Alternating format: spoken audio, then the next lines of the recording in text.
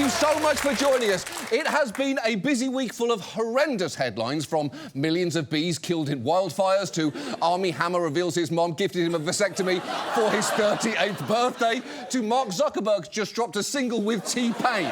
That is real, by the way. It is a cover of Get Low, a song T-Pain did not originally sing. And you are not ready for how bad it is. From the windows to the walls, till sweat drops down my balls, till all these bitches crawl. Oh, skeet, skeet, motherfucker. Oh, skeet, skeet, goddamn. That honestly might be the worst thing I've ever heard. It sounds like Kids Bop for adults, where all the swears are intact, but there's still a deep, lingering sense that music was a mistake. I didn't even need to play you all of that. I could have just played the way he sang Motherfucker. Motherfucker. No! Not like that. Don't enunciate that cleanly, Mark. It's like listening to a rap by the Google Translate voice.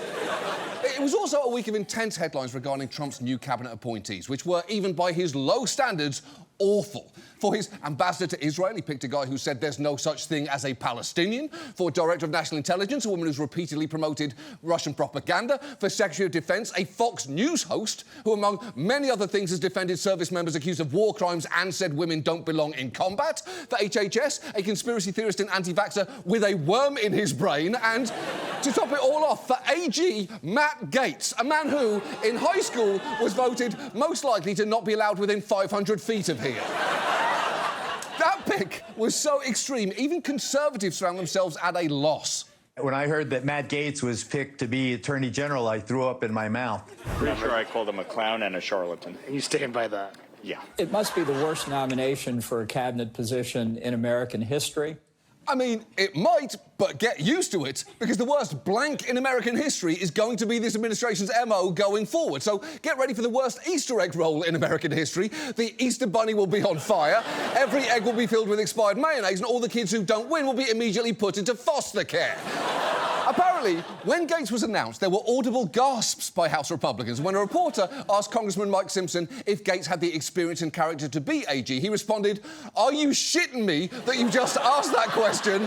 No," which is objectively the correct response to the idea that this guy could be Attorney General, a man who my lawyers insist I cannot call Jeffrey Epstein if he went to shittier beaches, so I am not going to do that. But it didn't stop there. The head of government affairs for one environmental advocacy group told reporters, luckily, all our environmental laws are older than 18 years, so Representative Gaetz shouldn't have much interest in them, which is a solid hit and also incredibly grim. Because, as you probably know, Gaetz was the subject of both a federal investigation into sex trafficking, which concluded last year without charges, and a House investigation into allegations he engaged in sexual misconduct and illicit drug use. That report was due to be released this week, but was effectively ended when he suddenly resigned to become the country's top law enforcement officer. Many are calling for it to be released anyway, though, and while Gaetz has denied any allegations, damning parts of it are already leaking out, including that one witness testified to the committee that Gaetz had sex with her when she was 17, and another testified that she witnessed it. And yet, there is still a question of whether Republican senators will reject Gaetz's nomination. Some have expressed reservations. Lisa Murkowski has said, "I don't think it's a serious nomination for Attorney General." And Susan Collins said, "I was shocked by the announcement. I'm sure there will be a lot of questions raised at his hearing." Although, don't read too much into that. As we all know, the Susan Collins scale of government ethics goes concerned but going to vote for him, shocked but going to vote for him, questions raised but going to vote for him, and outraged but fuck it, still going to vote for him. And other Republican senators have been even more non-committal. Do you think Matt Gaetz is confirmable? We'll find out, won't we? Do you have any concerns about it? We'll see. Senator Kennedy, what do you think of Matt Gaetz as Attorney General? Happy Thanksgiving. Yeah, happy Thanksgiving. I'd say that's the most jarring thing that Kennedy could have said at that moment, but I will remind you, he could have gone with this. I can't wait to have your cock in my mouth. Yeah, that's the clip that just keeps on giving and that you never, ever want. And look, a lot can happen with these nominations between now and Inauguration Day. So for now, let's move on to our main story tonight, which concerns TikTok, the social media app many are addicted to, thanks to its cooking tutorials, dances that are impossible for anyone born before 1985 to look cool doing, and masterpieces like this. There is truly nothing I love more than watching this man's videos and guessing what he's making. Okay.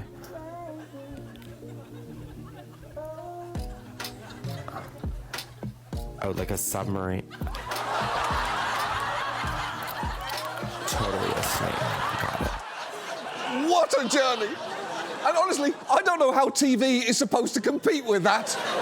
I'd absolutely watch that guy host a game show titled Dick or Snake. It's basically, is it cake, only with significantly higher snake on dick injuries?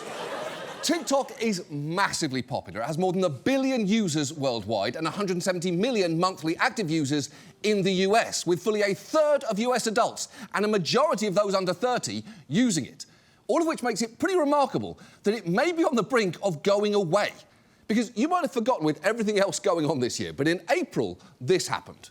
This morning, the clock begins ticking down for TikTok after the Senate last night passed a bill giving the social media platform's Chinese parent company an ultimatum: sell the app or be banned in the U.S. Lawmakers in both parties say TikTok poses a serious national security risk.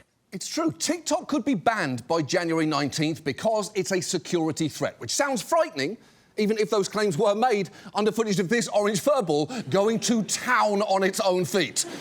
We cannot let the Chinese get their hands on our private data, like how often Dr. Tunafish here gives himself the full Tarantino. The point is, Congress came down on TikTok hard, and when that law passed, with broad bipartisan support, by the way, TikTok's users were not thrilled. An army of young TikTok rebels are taking a break from viral dance crazes and challenges and coming together to stop the government from taking away their favorite social media platform. They're using their phones to actually make phone calls to members of Congress. Do not ban TikTok. That's not acceptable. That's not acceptable. I'm an 18-year-old girl in Michigan. What am I going to do for China? Take my information. I don't care. Okay. That is an amazing reaction. Take my information, I don't care. My address is 2443 Emerson Place. My blood type is A positive, and I think my dad did tax fraud. Now what, China? I don't give a shit. But think about it, Congress made teenagers so mad they made actual phone calls. That is dedication. Teens hate doing that. If you ever need to scare one, just hand them a ringing phone and say, "It's for you." But that reaction probably shouldn't be surprising. People love TikTok, and not just as a place to watch a guy watching a guy make a giant chocolate dick snake. Nearly 40% of adults under 30 say they regularly get their news from TikTok, and it's a significant driver of business, given that more than 7 million small businesses use it. And yet, some lawmakers insist it's also among the biggest threats facing our nation. TikTok is a grave national security threat to Americans. TikTok is just Chinese malware. It's just junk food for our brains. It is spyware. It is being weaponized. TikTok is a gun aimed at Americans' heads. Yeah, those are some strong words, because we all know Congress will not stand by and watch someone pointing a metaphorical gun at Americans' heads. Actual guns, that's a complicated issue for some reason, but metaphorical gun violence will not stand. So if an app this popular is supposedly such a dire threat, tonight, let's look at TikTok. Who's behind it, what the concerns are, and what this might really be all about, because this story is actually a lot more nuanced than you might think.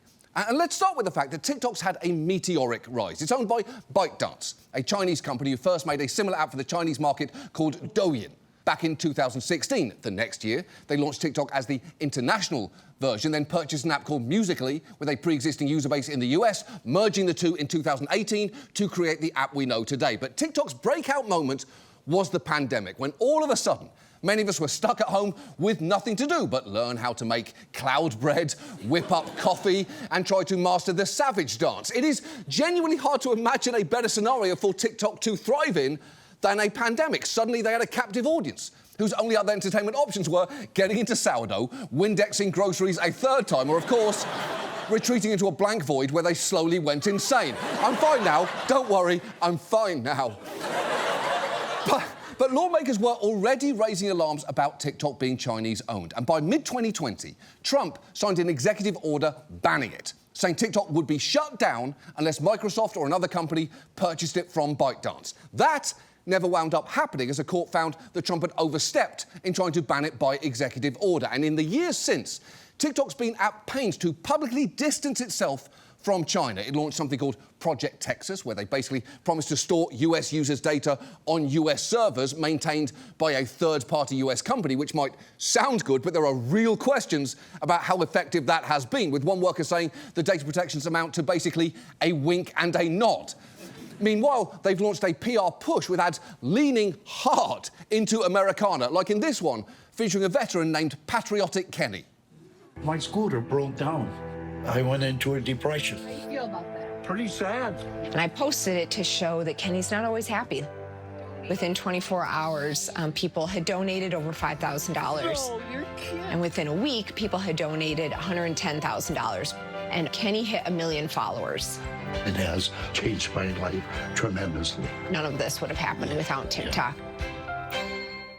Wow. I don't know what's more American there, Kenny's taste in home decor, or the fact he had to go viral on social media to get access to basic medical equipment. Although, to be clear, TikTok didn't buy Kenny a scooter, other people did. It's a bit like having people put money in a jar for charity, then thanking the jar. None of this could have happened without you, jar. Truly, you are the best of us. But despite those efforts, concern about China's influence over TikTok continue to grow, culminating in the law passed earlier this year demanding it be sold or banned from app stores in the US. A law, by the way, that passed the House 352 to 65.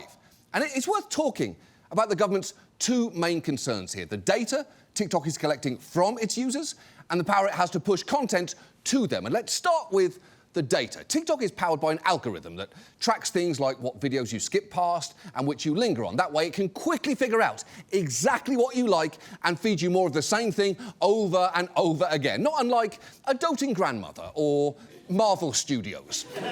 Sometimes people are genuinely weirded out by how perceptive TikTok's algorithm can be, because it can seem to know you better than you might know yourself. I downloaded this app a year ago. I thought I was straight. After being on TikTok, I quickly realized I was not straight and that I was bisexual. I always say that the algorithm knew that I was gay before I did, and I stand by that. It absolutely knew. Are any other girls, like, kind of aggravated that it took more than 20 years to figure out we were bisexual, but it took my TikTok algorithm, like, 37 seconds? Would it save me so much fucking time? Yeah, TikTok is speedrunning people's sexual awakenings. Before, a revelation like that might have taken years of therapy or an entire episode of Xena Warrior Princess. I honestly don't think a machine has been responsible for more sexual awakening since the Iron Giant, and I'm not explaining myself to you about that. I'm not doing it. He's an objectively hot robot. He's tall, has kind eyes, is great with kids, and I'm sure has a vibrate setting. Don't be weird about this. You're being weird. The algorithm is incredibly powerful because you're constantly feeding it new data. Every interaction you have with a video trains it more on your preferences, and because those videos are so short, it can gather a lot of data about you very quickly. But that is not all the information it gathers. It knows the device that you're using, your location, IP address, search history, the content of your messages, what you're viewing and for how long. It also infers factors such as your age range, gender and interests. And in the US, its own privacy policy says it may collect biometric information, including face and voice prints, from any content you post. That is a lot of personal information. And some of TikTok's critics paint an alarming picture of what that means. Imagine you woke up tomorrow morning and you saw a news report that China had distributed 100 million sensors around the United States, and that any time an American walked past one of these sensors, this sensor automatically collected off of your phone your name, your home address, your personal network, who you're friends with, your online viewing habits, and a whole host of other pieces of information. Well, that's precisely what TikTok is. Yeah, that's a scary-sounding message, only slightly undercut by the fact that guy's name is, and this is true, Klon Kitchen, which sounds less like a name to trust and more like a startup trying to disrupt the spatula space. Basically, the concern is that all this data could one day be used by the Chinese government to identify intelligence opportunities, for example, by helping China uncover the vices, predilections or pressure points of a potential spy recruit or blackmail target. And I mean, maybe? I guess there's a non-zero chance a future US president is currently running a fan account devoted to Sonic the Hedgehog's feet, which could be weaponized against them in the future, though it is worth noting a huge component of blackmail requires shame. And if you're not on TikTok, you are missing out on just how little shame its users have. There is an entire challenge that just consists of naming your biggest traumas for all the world to hear while dumping candy into a bowl, and it is riveting. And look, I'm not saying ByteDance hasn't been guilty of alarming privacy violations. It has. A few years back, this reporter was investigating TikTok and ByteDance, only to learn that she was being investigated herself. After I wrote my first few stories, I got a big leak from inside the company. Someone inside the company gave me a bunch of audio recordings. In an effort to discover the leak, a team of ByteDance employees launched a surveillance project called Project Raven, pulling information from Emily's personal TikTok account to monitor her IP address. And the theory was that if they could match my IP address to the IP address of one of their employees, they could maybe place me and an employee at a Starbucks or at a library at the same time, and then maybe figure out who was talking to me. Yeah, if they knew one of their employees had been in the same location as that journalist, it'd be a pretty big clue. And it was much easier to pull IP addresses than go through every Starbucks dumpster to try and find the cup that said secret whistleblower. Now, I have to tell you, the company says the employees involved in that surveillance scheme were fired, and it's restructured the team in charge of internal audits and removed access to US data. But critics point out it doesn't really matter how good ByteDance's public intentions are, because fundamentally they're vulnerable to the whims of the Chinese government, which has shown a clear willingness to go after American data. Officials have blamed Chinese hackers for breaches of the Office of Personnel Management, Anthem Health, and Equifax, among others. And if China wanted to pressure ByteDance to do something for it, the company wouldn't be able to put up much of a fight. Chinese law says that if the Chinese government asks a company to cooperate, it has no choice. No appeal, no going to court, no laying across the railroad tracks. And so ByteDance, they could be perfectly innocent today. And if Xi Jinping wakes up in a bad mood tomorrow, they could be doing something bad. Yeah, again, that sounds bad. Major decisions that affect millions of people could hinge on whether or not the leader of a country wakes up in a bad mood. It's the kind of unpredictable, emotionally volatile leadership you get in China and, luckily, nowhere else. And while that does sound frightening, it's important to note that there's also a lot of if in how this tends to get discussed. TikTok insists it hasn't and wouldn't give data to China, but whether or not you believe them, there is still no public evidence the Chinese government has actually spied on people through TikTok. What's more, while it does collect a lot of data on its users, as we discussed in our Data Brokers story, lots of other apps do the exact same thing. In fact, when the Washington Post worked with a privacy researcher to look under the hood at TikTok, they concluded that it doesn't appear to collect any more data than your typical mainstream social network. For instance, while TikTok is tracking users around the internet even when they aren't using the app, the same tracking tool is used by Meta and Google on a far larger scale. And even when it comes to tracking reporters, TikTok is not an outlier, given an Uber executive once used an internal tool named Godview to track the location of a BuzzFeed news reporter who was covering the company. And again, I am not giving TikTok a pass here. I'm just pointing out that its behaviour is pretty consistent with Silicon Valley's own very shitty standards. Think of TikTok as a soft drink company in the 1800s. Sure, its product is mostly cocaine, but hey, show me a child's beverage that isn't. So, that is the case as it relates to TikTok's usage of data. But what about the claim that it can push propaganda or bury content that makes China look bad? Well, ByteDance does do that within China. Douyin, the version of TikTok for the Chinese market, has to play by China's rules when it comes to censorship and has banned a broad range of supposedly subversive topics, including any content that causes discomfort. And when TikTok first started growing internationally, it did seem to bring some of that ethos with it. In 2019, leaked documents show TikTok had instructed moderators to ban content on highly controversial topics, citing mentions of Tiananmen Square, Tibetan independence, or the banned religious group Falun Gong as examples. And in 2020, The Intercept reported its moderators were also told to censor political speech in live streams, as well as, fun fact, users deemed too ugly, poor, or disabled for the platform. Now, TikTok insists those were old guidelines, no longer in use, and that their moderation practices are now more transparent. But some researchers believe there is still reason to worry here.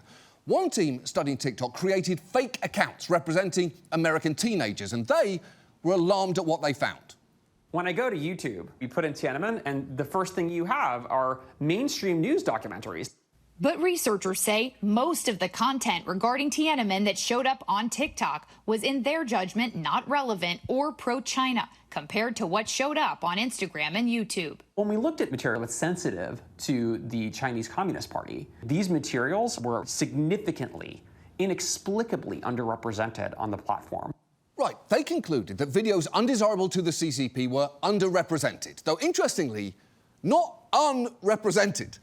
TikTok says that study is flawed, and while I hate to agree with them, the methodology is a bit weird because the researchers searched words like Xinjiang, Tibet, and Tiananmen, clicked on the first result, and let the algorithm take it from there, which doesn't seem like how people tend to search for information. If you just type in America and search, it is going to leave out a lot. And honestly, given how spookily good TikTok's algorithm is at knowing exactly what you want, it might even have concluded, got it, you're a bearded researcher pretending to be a 16-year-old looking for evidence to support your censorship hypothesis. Here are the results that deep down you want. Also, fun fact, you're bi. Ultimately, it is hard to know for sure, though, because the algorithm is proprietary and the decisions it makes about content are largely opaque. And banning TikTok out of fear it may be a vessel for foreign influence is a little weird for a few reasons. First, China, like many countries, including the US, has covert influence operations like accounts pushing propaganda running on all sorts of platforms. And researchers say they haven't seen a particular focus on TikTok that goes beyond the ones it also runs on Facebook, Instagram, and YouTube. And when it comes to China directly influencing TikTok behind the scenes, even the government's own filings say point blank that they have no direct evidence China has used TikTok for propaganda purposes in the US, but there is significant risk that it could happen. But as long as this argument is about what could be the case, we should probably ask, could there be any ulterior motives behind the US government's approach here? Because alongside the concern about national security, it does feel like there can be an undercurrent of xenophobia. Here is Tom Cotton interrogating TikTok's CEO. You said today, as you often say, that you live in Singapore. Of what nation are you a citizen? Singapore. Are you a citizen of any other nation? No, Senator. Have you ever applied for Chinese citizenship? Senator, I served my nation in Singapore. No, I did not. Do you have a Singaporean passport? Yes, and I served my military for two and a half years in Singapore. Do you have any other passports from any other nations? No, Senator. Your wife is an American citizen. Your children are American citizens. That's correct. Have you ever applied for American citizenship? No, not yet. Okay. Have you ever been a member of the Chinese Communist Party? Senator, I'm Singaporean. No. Have you ever been associated or affiliated with the Chinese Communist Party? No, Senator. Again, okay. I'm Singaporean. That is so bad. I almost wish that line of questioning had kept going. Okay, but do you know where China is on a map? Yes. Yes, Senator, I do. How do you know where China is? What do you mean? I'll say it again. How do you know where China is? Because I can read a map. And how can you read a map? Because I learned to in school. And what kind of school would teach a child to read a map of China? Any school? Not any of ours. Well, that's not great, is it? So you're insulting the USA because you're a secret Chinese citizen. I rest my case. And look, obviously, Tom Cotton is a persistent piece of shit, but it is hard to shake the feeling that at least part of the panic here stems from an ugly place. And that's not the only possible motivator. There's also the fact that there are plenty of big US tech companies that would very much like their market share back from TikTok. Meta and YouTube now each have their own TikTok knockoffs in the forms of Reels and YouTube Shorts, and Meta's been caught openly seeding negative stories about TikTok, even hiring a marketing firm with one campaign director saying in an email, the dream would be to get stories with headlines like, from dances to danger. Which, to be honest, sounds like a Netflix true crime documentary about a ballet studio that turned out to be a sex cult. And Mark Zuckerberg, seen here looking like the chef from Ratatouille trying to pivot to Bitcoin, personally lobbied Trump on the risk posed by his competition. In 2019, in a private dinner at the White House, he made the case that the rise of Chinese internet companies threatens American business and should be a bigger concern than reining in Facebook, which seems a little suspect to me. If you get caught shoplifting, the best defense isn't usually, hey, that guy did it too and he's Chinese. And honestly, banning TikTok might be the only thing that helps Meta here. Because as some TikTok creators will tell you, they much prefer the platform to its US competitors. 100% of my customer base were derived directly from TikTok. For instance, there was a gentleman that saw one of my TikTok videos just yesterday, and he saw a couple cows in the background that he really liked. He reached out to me and he said, "Are those cows for sale by chance?" He did not see those cattle on Facebook or Instagram. Let's face it, Facebook is archaic, it's dead. Instagram's prime was more than 7 years ago. This is the #1 platform in the world right now, and this is where a number of our customers are coming from. Wow, there is no way to undersell how completely cooked you are as a tech company when that guy is telling you you're behind the times.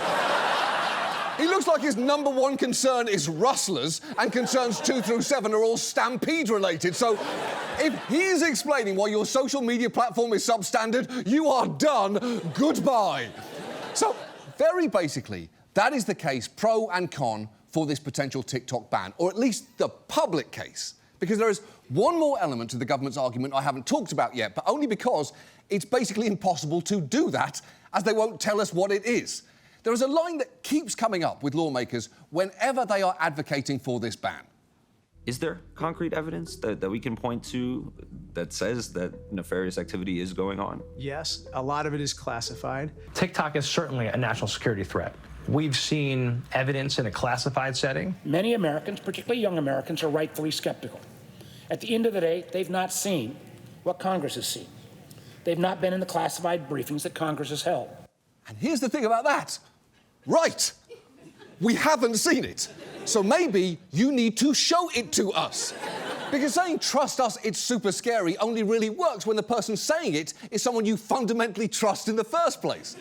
TikTok is currently suing the government over the impending ban, and in its filings, the government's redacted significant portions of the evidence it says it has, with some parts of its affidavits looking like this. And incredibly, even ByteDance and TikTok don't know what's behind those black bars because the government's not revealing its evidence to them either, which feels wrong. Because usually showing your evidence is a fundamental tenet of American justice. It's right up there with a right to plead your case and to be tried by 12 half-asleep strangers who'd rather be anywhere else in the world right now. And the condescension of just trust us can get really frustrating, especially when it's expressed like this. I think it's important to recognize we're actually doing this to protect the privacy of Americans. People feel like they're taking their rights away, but it's actually protecting their privacy. But is it, though? Because in a world where Instagram knows your location, Uber knows your childhood fears, and DoorDash has a detailed 3D rendering of your small intestine its executives use as a screensaver, claiming you're protecting Americans' privacy by banning TikTok feels like claiming you're fighting climate change by banning the Kia Sorento. Sure, I mean, it's technically not nothing, but it is, in a larger sense, basically nothing. One of the reasons this story is difficult to navigate is there is so much we don't know, and coming from two sides I don't remotely trust. Because you're either taking the word of a multinational tech company that profits off your data, or the US government, which seems more than happy to turn a blind eye whenever American companies do the exact same thing. And who knows where things could go from here? TikTok's lawsuit may end up before the Supreme Court, meaning that January 19th deadline will likely get extended into the Trump presidency. And remember, he's the one who tried banning TikTok in the first place, though he's now done a complete 180 on that, releasing this video during the campaign. For all of those that want to save TikTok in America, vote for Trump. The other side's closing it up. But I'm now a big star on TikTok. So if you like TikTok, go out and vote for Trump. I mean, it's perfect, as always. It is genuinely hard to focus on the message there because of the weird energy that he's projecting.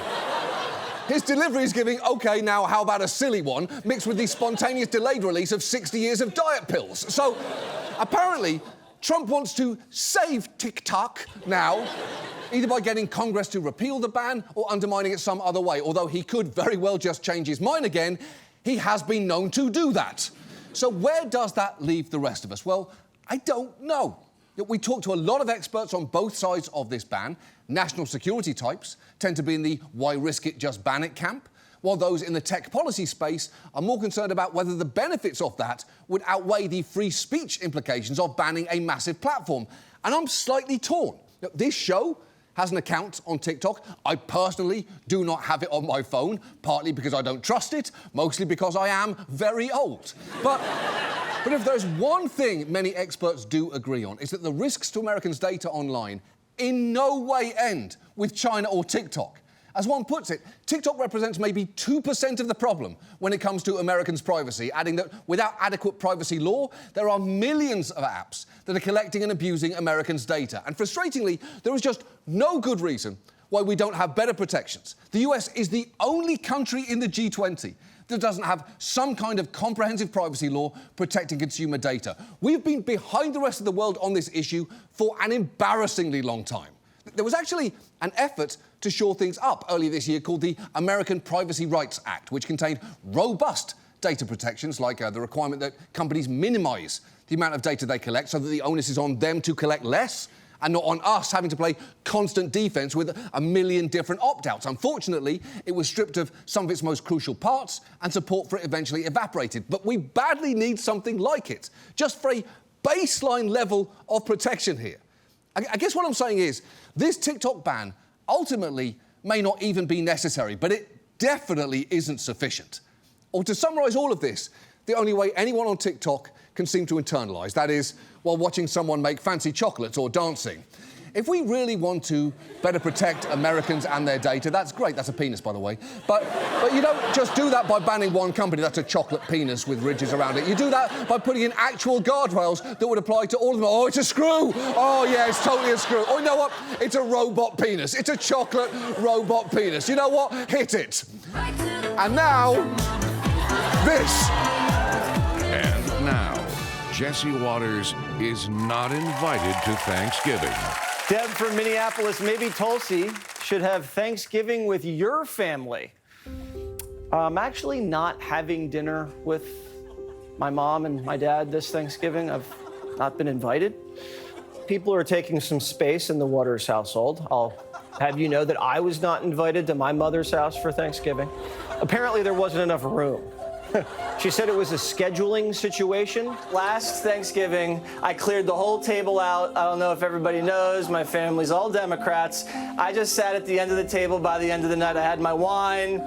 No one wanted to have anything to do with me. I find it irritating on Thanksgiving when my mother starts yelling at me about politics. Listen, my mother's a crazy radical liberal. Trust me, Thanksgiving's a nightmare. Jesse, you love to spend time with family. Yeah, but they don't like spending time with me. It drove my parents crazy, literally drove my mom crazy. I would make her listen to Limbaugh on car rides, and she'd have fits of road rage and almost drive into shrubbery. But I survived. Some of the Thanksgivings were awkward, but here I am, now on the 5 in Jesse Waters primetime, and I think I turned out okay. No, you didn't. Moving on. This is our last show of the season, and honestly, it has been a weird one. We started by offering Clarence Thomas $1 million a year and an RV in exchange for his resignation, which he very rudely did not take.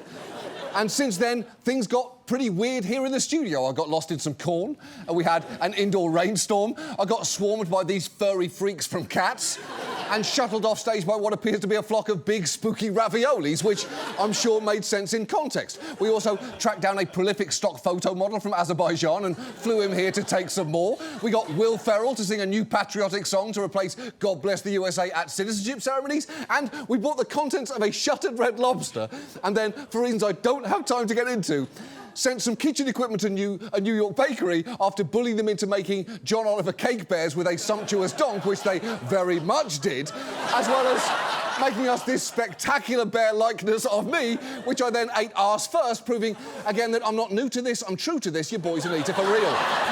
And much of that helped distract from the genuinely bad year that was 2024. So bad, in fact, we were forced to spend 8 different main stories covering issues surrounding the election, foregoing much more interesting ones that we wanted to tackle, like Liev Schreiber just dropped an enormous jar of vodka sauce in the Whole Foods self-checkout. Sauce everywhere. We had 23 minutes of that planned, but had to scrap it for an episode on all the ways Trump would fight the election results if he lost, which, of course, he did not. So tonight, before we leave, I'd actually like to try and look forward. You know, at the end of the year always has me thinking about the next one and what I hope 2025 will look like. In 2025, I'd like Elon Musk to jump so high, he never comes back down. I'd like to go just one day without hearing about the Wicked movie. And in 2025, I'd like the final Mission Impossible film to end with Tom Cruise taking off his face mask to reveal Shelley Miscavige. That would be an amazing twist. And I know none of that is likely to happen and that we're going to have to cover a lot of terrible shit next year. But if there's one thing I really do hope for, is that we still get to talk about some ridiculous stuff too. So my plea to the rest of the world is to please keep being weird in fun ways, keep making terrible statues, holding weird contests, and auctioning off bizarre items. And if I could talk to New Zealand specifically, please keep doing exactly what you are doing. I don't have to tell you to be weird, just be yourselves and we'll find something we can work with. Look, the next 4 years are going to be exhausting. All we can really hope for are little pockets of time between new horrors and calamities. And maybe the goal should be to savour those minutes of calm as best we can. Basically, I guess what I'm saying is, when chaos becomes the norm, we need to appreciate every second we've managed to go without a fresh affront to humanity. Every day without an incident going forward should probably be cherished. And I know we're going to be hitting reset a lot. You know, maybe the clock's been ticking up for a while and suddenly you get a news alert, Rudy Giuliani appointed to the Supreme Court, and then boom, you find yourself back at zero again. Maybe you're lucky enough to get a second to catch your breath after that, and the clock climbs up for a bit, only for suddenly Secretary of State turns out to be Putin in a fake mustache, and boom, you've got to reset again. And this is the time that you really should treasure, because deep down you probably know it's just a matter of seconds before you're interrupted with, wait, hold on, we're out of helium now? Like, it's all gone? And maybe you're not sure what to make of that story, so you kind of barrel on only to get an alert that says all aquariums are indefinitely closed to the public, which is so confusing. It feels okay to kind of just ignore it until you get the alert, please stay inside, the sky is full of sharks now, and oh, I get it, the helium from before. I'm not sure what the exact chain of events was, but the sky's full of sharks now. It's very bad. It makes sense, and boom, we've got ourselves a big old reset. Again, the point here is we will be here for you next year to talk about the bad moments and hopefully the moments of joy in between. So that is our show. Thank you so much for watching us all this year. We'll see you in February. Good night. Oh, no, come on. Fucking shit.